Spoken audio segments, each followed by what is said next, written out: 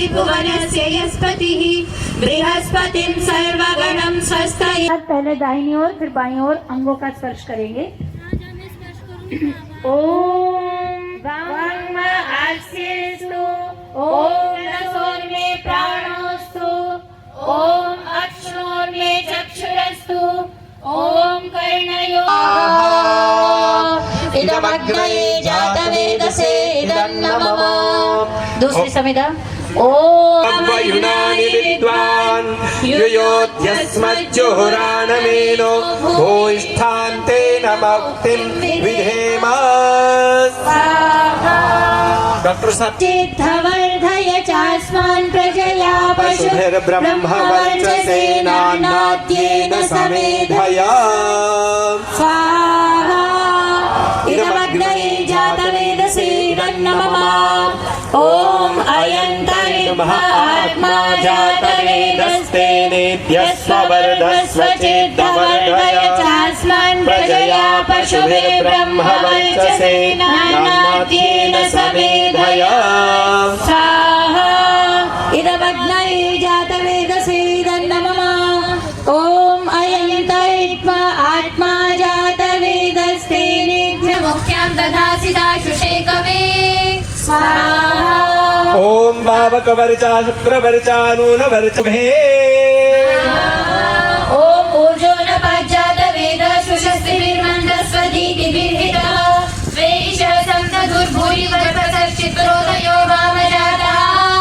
स्वाहा ओम वर्म म्हणजे काय माहिती आहे का? चिलखत ज्याला आपण म्हणतो बरं का. चिलखत म्हणजे माहिती आहे का? शिवाजी महाराजांनी जे चिलखत धारण केले होते आणि ज्याद्वारे आपल्या शरीराची रक्षा केली होती. तर वर्मा म्हणजे कोण? जो सर्वांच्या वर्म म्हणजे शरीरावरती लागून त्याला प्रत्येक इजापासून त्याचं रक्षण करतो, त्याला वर्मा म्हणतो आपण. पण या ठिकाणी भारतीय संस्कृतीची, भारतीय सभ्यतेची, संस्कृतची, वेदांची आणि विशेष करून महिलांमध्ये, या स्त्रियामध्ये हा जागर व्हावा आणि यासाठी ज्यांनी रक्षा केली अशा त्या वर्माजींच्या स्मृतीमध्ये आज आपण या यज्ञाला पूर्ण केलेला आहे. त्यांच्या परिवाराने आमच्या विश्रुतीजी असेल, बाकी सर्व त्यांच्या भगिनी आहेत, आमच्या आचार्याजी सुमेधाजी आहेत, त्यांच्या प्रेरणेने इथे आलेल्या सविताजी आहेत, इथे अनेक कन्या ज्या शिकत आहेत, त्यांच्या धर्मपत्नी आहेत, या सर्वांनी मिळून जे आज 64 यज्ञकुंड प्रज्वलित केलेले आहे. आणि या 64 यज्ञकुंडातून नक्कीच पुढच्या वर्षी मी म्हटल्याप्रमाणे आपण आणखी वाढत जाऊ आणि एक दिवस असा येणार की ते अनेक यज्ञकुंड इथून प्रज्वलित होतील. आणि फक्त या गुरुकुलातच यज्ञकुंड प्रज्वलित होणार नाहीत, तर हे यज्ञकुंड प्रत्येकाच्या घरामध्ये प्रज्वलित होतील असा संकल्प घेत आपल्याला पूर्णाहुती करायची आहे. आपण सर्वजण आपल्या घरामध्ये या यज्ञकुंडाला घेऊन जाणार आहात की नाही? हात वरती करा जरा. वा, या सर्वांसाठी एकदा आपण टाळ्यांच्या गजराने स्वागत करूया. चित्तिं दक्षस्य सुभगत्वमस्मे पोषं प्रहीणामरिष्टिं तनूनां स्वात्मानं वाचः सुजिनत्वमन्नः। स्वाहा वेद माता का स्तवन। स्वाहा इदमग्नये जातवेदसे इदन्नमः। मला पहिली आहुती उत्तर दिशेकडे, नाही त्याला पेटवू नका. आता त्या पणती लावू नका तुम्ही. हा, आता जशा आहेत तशा राहू द्या. फक्त यज्ञकुंडाकडे लक्ष राहू द्यायचं आहे आपल्याला. पहिली भद्रंतन्न आसुव स्वाहा अग्नेन यसुपथा वरेण्यं भर्गो देवस्य धीमहि धियो यो नः प्रचोदयात्। स्वाहा ओम शतधारेण सुप्त्वा कामधुक्षः स्वाहा। चौकडे सोडा, चौकडे घुमाकर डालिए, घुमाकर। किसी के हवन कुंड में से जब तक यज्ञ प्रार्थना हो तब तक धुआं नहीं निकलना चाहिए। ओम वीर्यमसि वीर्यं मयि, ओम बलमसि बलं मयि, ओम ओजोऽसि ओजो मयि, ओम मन्युरसि मन्युर्मयि, ओम सहोऽसि सहो मयि। दोन्ही हात आपल्या मुखाला लावून घ्या. मुखाला लावून घ्या. हे सर्वात उत्तम क्रीम आहेत, लक्षात घ्या. आणि या यज्ञवेदीकडे अर्थात आमच्याकडे सर्वांनी मुख करून घ्यायचं आहे, सर्व यजमानांनी. है तो आइए श्रद्धा और भक्ति के साथ यज्ञ प्रार्थना, जिनको याद है वो सभी साथ गा सकते हैं, जिनको याद नहीं है वो भी.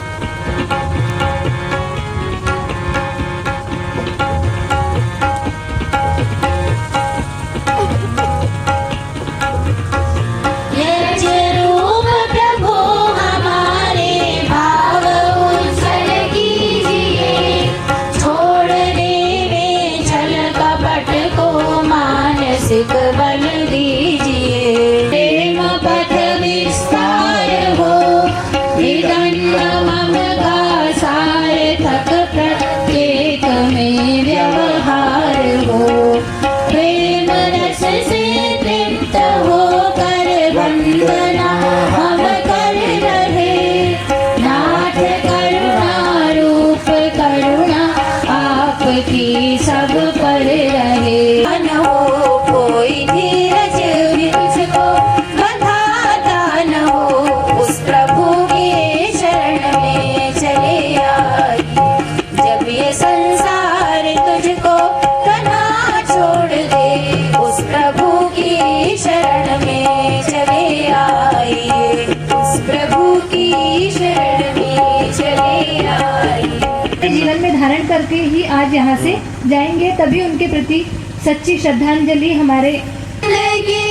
पथ पर चलना केवल जिनका ध्येय बना था, अपना तन मन जीवन पल पल, अपना तन मन जीवन पल पल, नव निर्माण में ही वारा.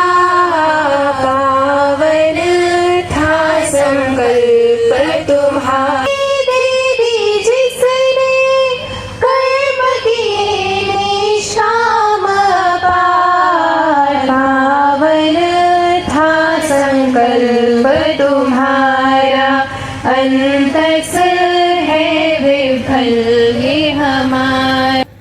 अच्छे समाज की परिकल्पना करते हुए सहयोगी बने. आपकी अपनी बेटियां हैं, इन बेटियों का सब तरह से सहयोग करें, सभी प्रकार से इनको संरक्षण प्रदान करें, ऐसी मैं प्रार्थना करती हूँ.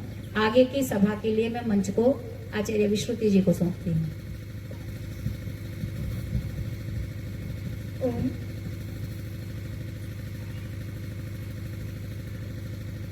मंच पर उपस्थित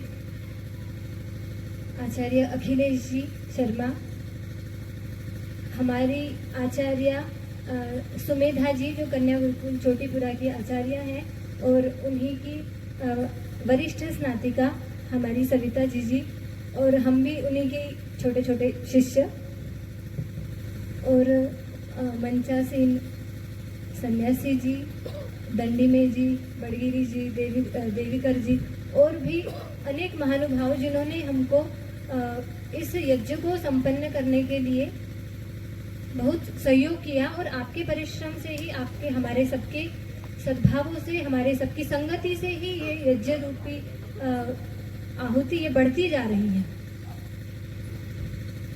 आज हम पूज्य पिताजी की पुण्यतिथि पर यहाँ सब उपस्थित हुए हैं. मैं कहना चाहूँगी कि मैं उस भाग्यशाली पिता की पुत्री हूँ जिसने अपने जीवन के सबसे अमूल्य धन को, क्योंकि जो बच्चे का, जो एक पिता का सबसे अमूल्य धन उसके बच्चे होते हैं, और जिन्होंने अपने बच्चे के सबसे अमूल्य धन को उनकी आत्मा के कल्याण के लिए, क्योंकि शारीरिक सुख, भौतिक सुख हर कोई सोच सकता है, लेकिन एक पिता का ये सोचना कि मेरा बच्चा आत्मा का कल्याण करते हुए लोगों को सन्मार्ग दिखाए और उसके लिए अपने बच्चे को आहूत करना, यह बहुत बड़ी बात होती है. तो उसके लिए मैं अपने पिताजी के प्रति, अपनी आचार्य जी के प्रति हमेशा कृतज्ञ रहूंगी और इस यज्ञ को पूरा करती रहूंगी। और हमारा सारा परिवार, मेरी दोनों बहनें, मेरी माँ, मेरा भाई, हम सभी इस यज्ञ को आगे बढ़ाएंगे और आप हमारा सहयोग दोगे, ये मुझे आशा है। दूसरा, क्योंकि पिताजी बोलते थे कि नाविक धैर्य परीक्षा क्या जब धारा ही प्रतिकूल न हो, कि नाविक के धैर्य की परीक्षा तभी होती है जब धारा प्रतिकूल है, तभी वो उसके धैर्य की परीक्षा होगी, वो किस तरह से कुशलता से उसमें आगे बढ़ता है। पिताजी यज्ञ के माध्यम से हमें सिखाते थे कि अधोमुखस्यापि कृतस्य वन्येः नाथः शिखायाति कदाचिदेव, कि ये जो यज्ञ की अग्नि होती है या कोई भी सामान्य अग्नि होती है, वो यदि जलती है तो वो कभी भी, अगर आप उसको नीचे मुँह करके भी उसको जलाते हो तब भी वो हमेशा ऊपर ही उठती चली जाती है। तो इसी तरह हमें अपना जीवन बनाना है। इसकी सत्प्रेरणा हमारे आचार्य जी ने, हमारे पिताजी ने हमारे अंदर बचपन से भरी कि अगर कोई भी कितना भी नीचे करने की कोशिश करे या धारा कितनी भी प्रतिकूल हो, लेकिन हमें अग्नि की तरह तेजस्वी बनना है, हमें ऊपर उठते रहना है। तो ऐसे पिताजी की वजह से हम इस कार्य को कर पा रहे हैं, इस काम को आगे बढ़ा रहे हैं। आज ये और भी हमारे बच्चे भी इसको आगे कर रहे हैं। तो उन पिताजी के लिए अभी हम एक गीत से उनको अपनी भावांजलि व्यक्त करेंगे और आप उस गीत के बोलों को सुनिए। जो पिताजी के जो भी काम थे, जिस तरह का उनका व्यवहार था, क्योंकि हमारा यही है, वेदों में मंत्र आता है अनुव्रतः पिता पुत्रः, कि पुत्र वो होता है जो अपने पिता के अनुव्रती बने। अनुव्रती मतलब उनके व्रत के पीछे चलने वाला बने, उसको पुत्र कहते हैं। तो हम आज यह संकल्प लेते हैं पिताजी की प्रथम पुण्यतिथि पर कि हम उनके व्रतों को, उनके यज्ञीय अनुष्ठानों को, उनके यज्ञीय विचारों को, उनके क्रांतिकारी विचारों को, जहाँ यत्र ब्रह्म च क्षत्रम च सम्यं च उचरतः सह तम लोग जरूरत है, ये मुझे कहना था। और ये हमेशा प्रचेता जी कहते थे, इस देश का भविष्य उज्जवल करना है, हिंदुओं को यानी आर्यों को सशक्त बनाना है, तो गुरुकुलों की जरूरत है। हम अपने भविष्य को तभी अच्छा बना सकते हैं जब बच्चों का भविष्य बना। बहुत सारे परिवारों में एक शिकायत रहती है कि बच्चा नहीं सुन रहा, बच्चा हाथ से गया है, बच्चा काम से गया है। बच्चे को काम से नहीं जाने देना है तो बच्चों को गुरुकुल में भेजना है और गुरुकुलों को बनाने में, चलाने में सहयोग देना है। मेरे मित्र का जीवन उसमें गया है, ये देख लिया आपने। यहाँ पर यज्ञो श्रेष्ठतम कर्म, उनका जीवन यज्ञ के जैसा गया है, पूरा स्वाहा करके गया है। उन्होंने कभी अपने बारे में सोचा नहीं है, सब इधर मम, वो अपना कुछ समझते नहीं थे। मेरा जीवन पूरा समाज के लिए है, ये सोच रख के जाने वाला व्यक्ति है। और बोलते ना कि हस्तम दानम हस्तस्य भूषणम, हाथ का भूषण दान है। उन्होंने अपना जीवन दान दिया, उन्होंने अपना जीवन इसी काम के लिए दान दिया है। और ये बेटी ने अपना जीवन गुरुकुल के लिए दान दिया है। तो हम सब लोगों का कर्तव्य बनता है कि ऐसे कामों में हम खुले हाथ से मदद करें। बच्चों 1982 सालापासून प्रचेत वर्मा आणि आम्ही भारतीय जनता पार्टीचं काम करत होतो। 85 साली माझ्या बरोबर भारतीय जनता युवा मोर्चाच्या माध्यमातून ते आमच्या बरोबर काम करत होते। हे काम करत असताना एक प्रचंड असं राष्ट्रप्रेम, हिंदू धर्माबद्दल असलेली एक संपूर्ण अंतर्मनात जी ऊर्जा होती, ती ऊर्जा आजही प्रचेत वर्माजींची ऊर्जा आजही राष्ट्रप्रेम, हिंदू धर्म, ती आज आमच्यामध्ये एक ज्योतीसारखी तेवत आहे। फार आम्ही कार्यकर्ते पाहिले, 40-45 वर्ष होत आली, परंतु प्रचेत वर्मांनी राजकारणानंतर संपूर्णपणे वैदिक हिंदू धर्म, आर्य समाज आणि त्या माध्यमातून एक समाज घडवण्याचं काम त्यांनी सुरू केलं.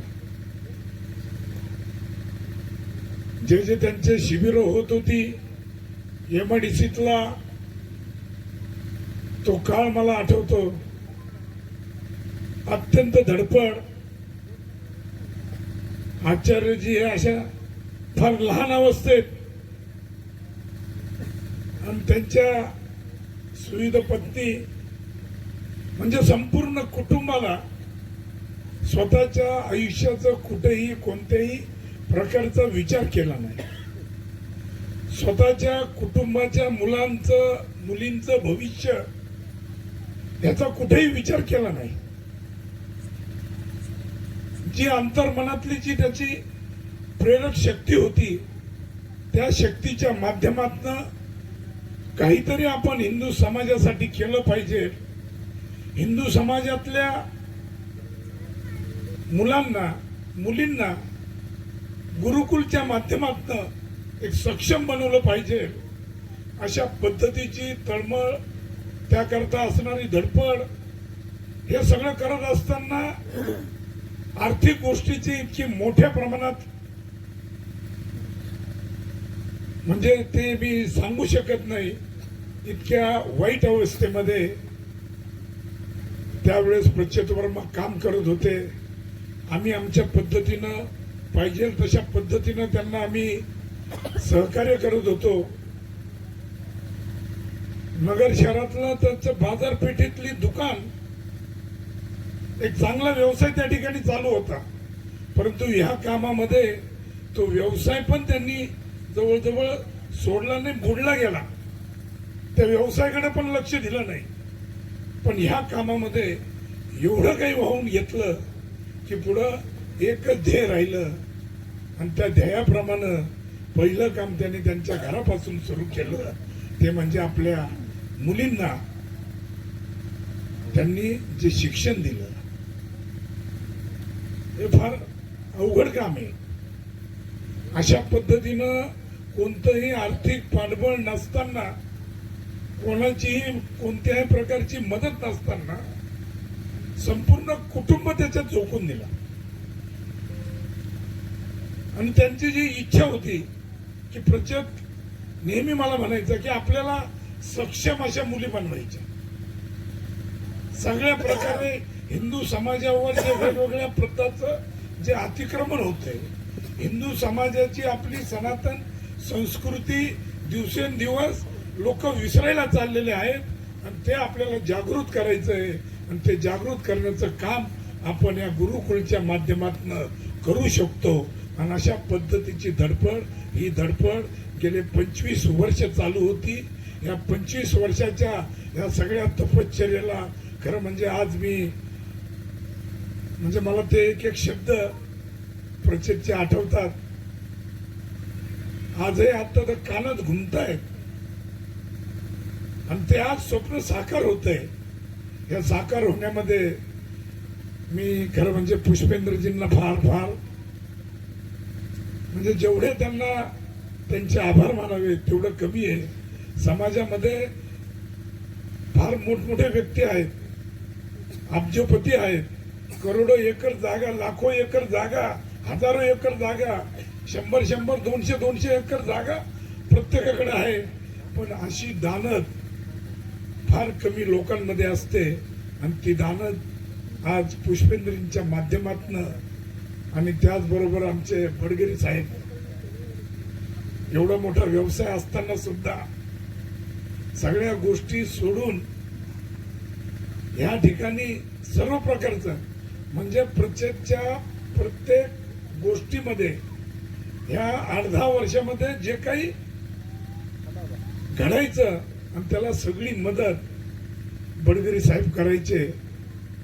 कधीतरी थोडाफार आमचा किरकोळ म्हणजे सुईच्या टोका एवढा पण आमचा हातभार नसेल, परंतु गडकरी साहेबांचा फार मोठा हातभार, आमचे माजी नगरसेवक, आमचे भाजपचे माजी अध्यक्ष मिलिंद गंधे, या सगळ्यांनी ज्या पद्धतीनं या कामामध्ये झोकून दिलंय, ज्या पद्धतीनं सहकार्य या ठिकाणी करतायत, तेव्हा ह्या गोष्टीला आपण सगळ्यांनी पण पूर्णपणे सहकार्य केलं पाहिजे.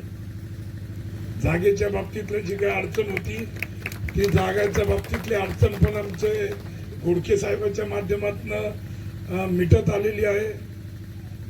पुष्पेंद्रजींनी तर सगळं देऊ केलेलं आहे, परंतु आता आपल्याला 100% ह्या ठिकाणी हे गुरुकुल चांगल्या पद्धतीनं या अहिल्यानगरीच्या ज्या पद्धतीनं अहिल्याबाईचं नाव आता या नगरीला मिळालेलं आहे, तर त्या अहिल्याबाईच्या नावाप्रमाणेच हे गुरुकुल आपल्याला या ठिकाणी उभं करायचं आहे.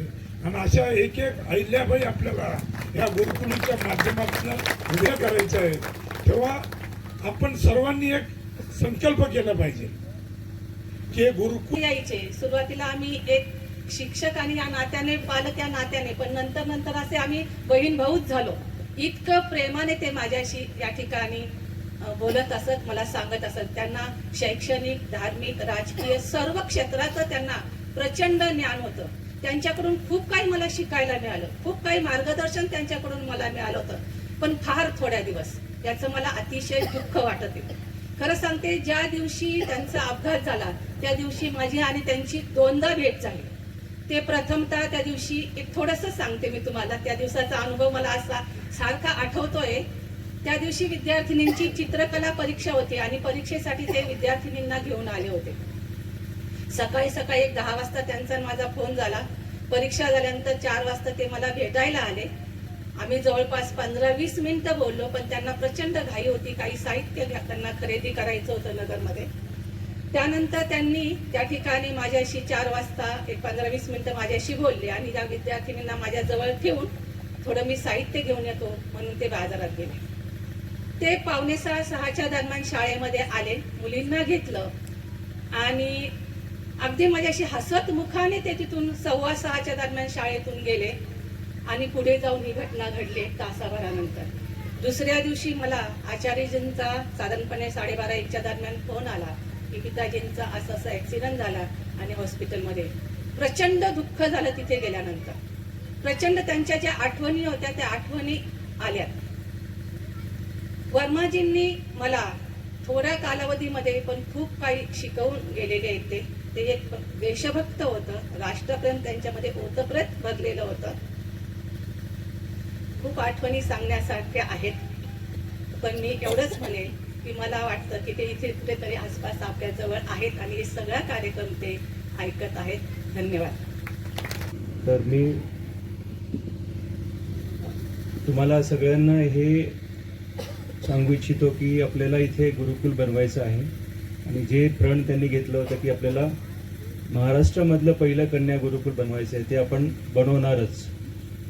तर माझ्याबरोबर माझे काही सहयोगी पण आहेत इथे, त्यांना मी इथे आमंत्रित करतो. सप्रेजी, गुजराती साहेब, घोडके साहेब, 1 मिनिट इकडे. आम्ही तुम्हाला तुमची ओळख करून देऊ इच्छितो. जे आम्ही, गंधे साहेब तुम्ही पण या. दिनेशजी कटारिया.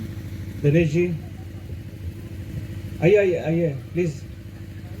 तर मी एकटा नसून माझ्याबरोबर हे आमचे सगळे टीम आहे, जे आम्ही नितांत प्रयत्न करतो आहोत की आपल्याला इथे एक गुरुकुल बनवायचं आहे. गिरमे पाटील तुम्ही पण या. विलासजी जाधव. Jadhav sir, doctor Jadhav.